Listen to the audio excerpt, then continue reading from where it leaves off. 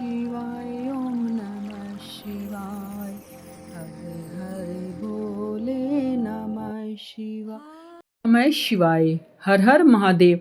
आप सभी भक्तों का स्वागत है। आज हम सुनेंगे सावन मास कथा का अध्याय 7। इस कथा का अध्याय श्रद्धा पूर्वक श्रवण करने से भगवान शिव की विशेष कृपा प्राप्त होती है और मां मंगला गौरी की, क्योंकि अध्याय 7 में मां मंगला गौरी का व्रत का व्याख्यान बताया गया है। और आज हम इसमें सुनेंगे श्रुति कीर्ति नामक एक विद्वान की कथा, जिसने मां मंगला गौरी का व्रत करके अपने जीवन में क्या क्या पाया है। आइए पूर्ण श्रद्धा और भक्ति के साथ कथा का श्रवण करते हैं। आरंभ करते हैं। हर हर महादेव। भगवान शिव बोले, हे सनंत कुमार, अब मैं अयुत्तम भौम व्रत का वर्णन करूंगा, जिसका अनुष्ठान करने से वैध्य नहीं होता है। विवाह करने के पश्चात 5 वर्षों तक यह व्रत करना चाहिए। इसका नाम मंगला गौरी व्रत है। यह पापों का नाश करने वाला है। विवाह के पश्चात प्रथम श्रावण शुक्ल पक्ष में पहले मंगलवार को यह व्रत आरंभ करना चाहिए। केले के खंभों से सुशोभित एक पुष्प मंडल बनाना चाहिए और उसे अनेक प्रकार के फलों तथा रेशमी वस्त्रों से सजाना चाहिए। उस मंडप में अपने सामर्थ्य के अनुसार देवी स्वर्णमयी अथवा अन्य धातु की बनी प्रतिमा स्थापित करनी चाहिए। उस प्रतिमा को 16 उपचारों से, 16 दूर्वा दलों से, 16 चावलों से तथा 16 चनों की दालों से मंगला गौरी नामक देवी की पूजा करनी चाहिए। 16 बत्तियों से 16 दीपक जलाने चाहिए। दही तथा भात का नैवेद्य भक्ति पूर्वक अर्पित करना चाहिए। देवी के पास ही पत्थर का सिल तथा लौड़ स्थापित करना चाहिए। 5 वर्ष तक इस प्रकार से व्रत करने के पश्चात उद्यापन करना चाहिए या माता का वायन प्रदान करना चाहिए, जिसकी विधि आप सुनिए। अपने सामर्थ्य अनुसार एक पल परमाण स्वर्ण की अथवा उसके आधे प्रमाण की अथवा उसके भी आधे प्रमाण की मां मंगला गौरी की प्रतिमा निर्मित करनी चाहिए। अपनी शक्ति के अनुसार स्वर्ण आदि के बने तंडुल पूरित पात्र पर वस्त्र तथा रमणीय कुच की ओढ़नी रखकर उन दोनों के ऊपर देवी की प्रतिमा स्थापित करनी चाहिए। अपनी सामर्थ्य के अनुसार उस दिन हमें स्वर्ण आदि के बने तंडुल पूरित पात्र पर वस्त्र तथा रमणीय कंचू की ओढ़नी रखकर उन दोनों के ऊपर देवी की प्रतिमा स्थापित करनी चाहिए।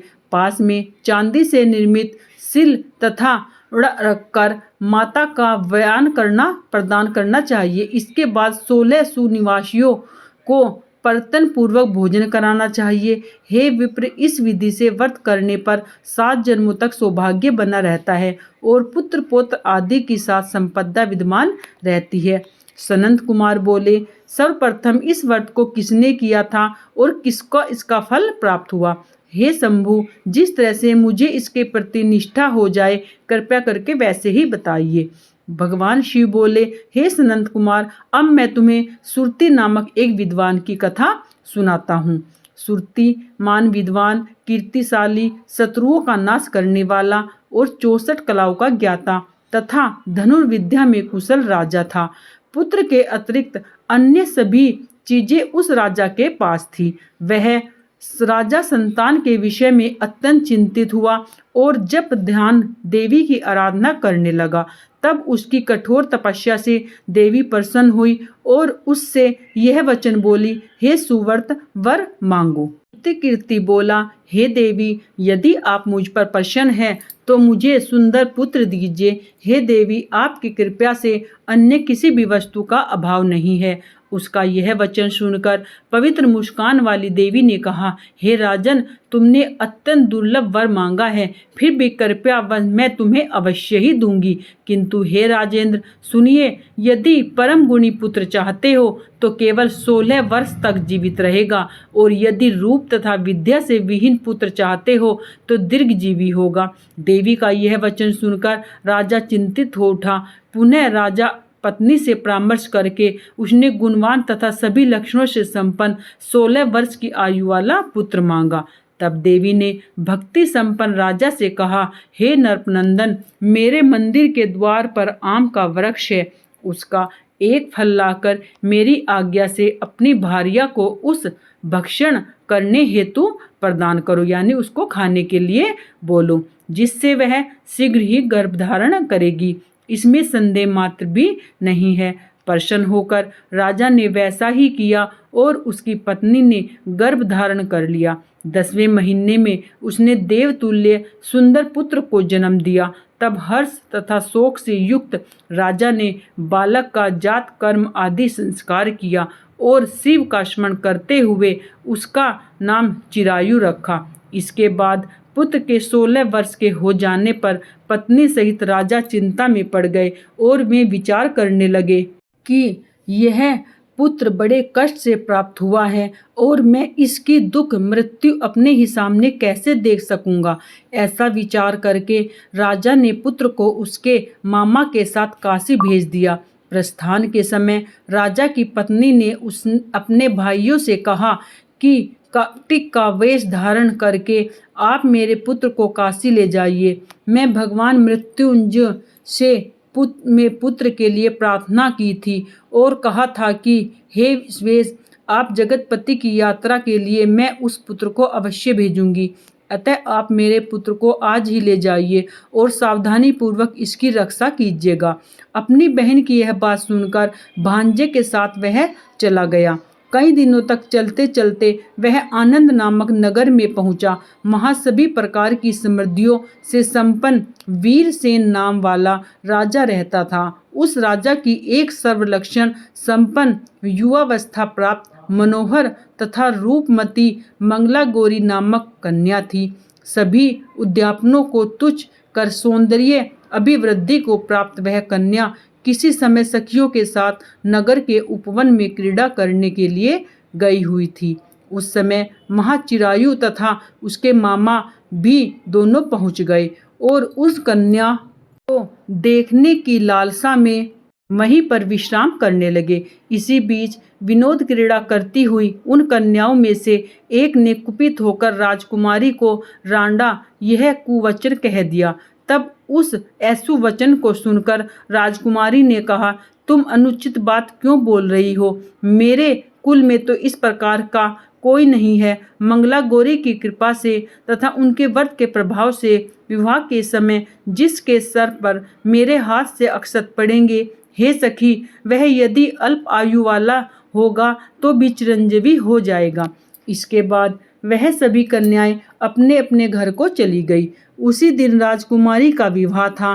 वही देश का दृढ़ शर्मा नामक राजा के सुकेत नाम वाले पुत्र के साथ उसका विवाह निश्चित किया गया था। वह सुकेतु विद्याहीन कुरूप तथा बहरा था।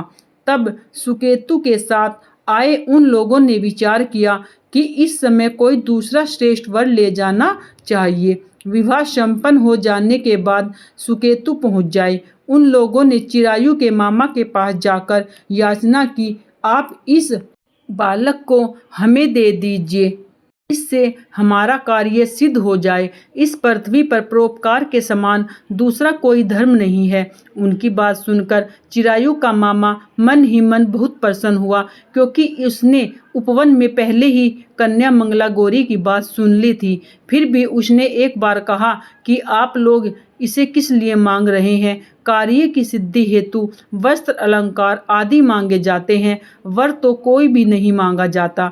तथापि आप लोगों का सम्मान रखने के लिए मैं इसे दे रहा हूँ। इसके बाद चिरायु को वहां ले जाकर उन लोगों ने विवाह संपन्न कराया। सप्तदी आदि के होने के बाद रात्रि में शिव पार्वती की प्रतिमा के समक्ष उस चिरायु ने हर्ष युक्त होकर मंगला गौरी के साथ शयन किया। उसी दिन चिरायु के 16 वर्ष पूर्ण हो चुके थे और अर्धरात्रि में साक्षात काल सर्प रूप वहां आ गया। इसी बीच संयोगवश राजकुमारी जाग गई। उसने उस महासर्प को वहां देखा और वह भय से व्याकुल होकर कांपने लगी। तभी उस कन्या ने धैर्य धारण 16 उपचारों से सर्प की पूजा की और पीने के लिए उसे दूध दिया। उसने दीनता भरी वाणी से उस सर्प की प्रार्थना तथा स्तुति की। मंगला गौरी प्रार्थना करने की, मैं उत्तम व्रत को करूंगी जिससे मेरे पति जीवित रहे। ये जिस तरह से चिरकाल तक जीवित रहें आप वैसा कीजिए। इतने में सर्प वहां स्थित एक कमंडल में प्रवेश कर गया और उस मंगला गौरी ने अपनी पूंछकी से उस कमंडल का मुंह बांध दिया। इसी बीच उसका पति अंगड़ाई लेकर जाग गया और अपनी पत्नी से बोला, हे प्रिय, मुझे भूख लगी है। तब वह अपनी माता के पास जाकर खीर, लड्डू आदि ले आई और उसके द्वारा दिए भोजन पदार्थ को उसने प्रसन्न मन होकर खाया। भोजन के पश्चात हाथ धोते समय उसके हाथ से अंगूठी गिर पड़ी। तांबुल खाकर वह पुनः सो गया। इसके बाद मंगला गौरी कमंडल को फेंकने के लिए जाने लगी। विधि की कैसी गति कि उस कमंडल से बाहर आग की ओर जगमग करती हुई हार कांतित को देखकर वह आश्चर्यचकित हो गई। घट में स्थित उस हार को उसने अपने कंठ में धारण कर लिया। इसके बाद कुछ रात शेष रहते हुए चिरायु का मामा उसको लेने के लिए आ गया और ले गया। इसके बाद पक्ष के लोग सुकेतु के वहां ले आए। उसे देख मंगला गौरी ने कहा कि यह मेरा पति नहीं है। तब उन सभी ने उससे कहा, हे सुबे, तुम यह क्या बोल रही हो? यह तुम्हारा कोई परिचायक हो तो हम लोगों को बताओ। मंगला गौरी बोली, जिसने रात्रि में 9 रत्नों से बानी अंगूठी दी है उसकी उंगली में इसे डालकर परिचायक निशाना देख ले। मेरे पति ने रात्रि में मुझे जो हार दिया था उसके रत्नों को समुदाय कैसा है, इस बात का यह बताए। यह तो कोई अन्य ही है। इसके अतिरिक्त रात्रि में आम सींचते समय उनका पैर कुमकुम से लिप्त हो गया। वह मेरी जांघ पर अब भी विद्यमान है। उसे आप लोग शीघ्र देख ले। साथ ही रात में परस्पर भाषण तथा भोजन आदि जो भी कुछ किया, उस समय जो बात हमारे बीच में हुई है वह इसे निश्चय ही बता दे। तब मैं ये निश्चय ही मेरा पति है। इस प्रकार उसका वचन सुनकर सब ठीक है बोलने लगे। किंतु जब एक भी बात न मिली तब सभी ने सुकेतु को उसका पति होने से निषिद्ध कर दिया और वर पक्ष वाले जिस तरह से आए थे उसी तरह से चले गए। उसके बाद अपने वंश को बढ़ाने वाले महान यश से संपन्न तथा परम मनस्वी मंगला गौरी के पिता ने अन्नपान आदि का सत्र चलाया। उन्होंने वर पक्ष का वृत्तांत कानों कान सुन लिया कि स्वरूप से कुरूप होने के कारण लोगों के द्वारा किसी अन्य को वर के रूप में आदरपूर्वक लाया गया था। तब उन्होंने अपनी कन्या को पर्दे के भीतर बिठा दिया। उसके बाद 1 वर्ष बीतने पर यात्रा करके चिरायु अपने मामा के साथ यह देखने आया कि विवाह के बाद वह वहां क्या हुआ। तब उसने अक्ष के भीतर से देखकर वह मंगला गौरी अत्यंत प्रसन्न हुई और माता पिता से बोली कि मेरे पति आ गए हैं। राजा ने अपने स्वजनों को बुलाकर पूर्व में कहे गए सभी परिचायकों को निशानी को देखकर मंद मुस्कान वाली अपनी कन्या चिरायु को सौंप दी। राजा ने शिष्ट जनों को साथ लेकर विवाह का उत्सव कराया।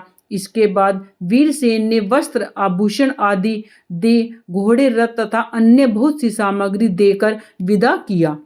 हे महामुने, तब पुत्र वधु ने भी मंगला गौरी के उत्तम व्रत महात्म्य तथा जो कुछ भी घटित हुआ वह सब वृत्तांत बताया। हे सनंद कुमार, मैंने आपसे इस मंगला गौरी व्रत का वर्णन किया। जो कोई भी इसका श्रवण करता है अथवा इसे कहता है उसके सभी पूरे मनोरथ सिद्ध हो जाते हैं।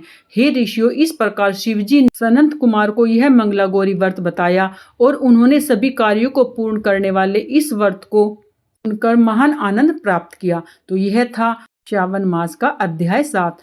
यदि कथा सुनकर आपको अच्छा लगा हो तो भगवान शिव से प्रार्थना है कि मैं आप सभी के परिवार पर अपनी कृपा बनाए रखें। वीडियो को लाइक करें और शेयर करें। आपके एक लाइक से हमें बहुत ही मोटिवेशन मिलता है। अनिता भक्ति मार्ग को सब्सक्राइब करना न भूलें। हर हर महादेव कमेंट में अवश्य लिखें।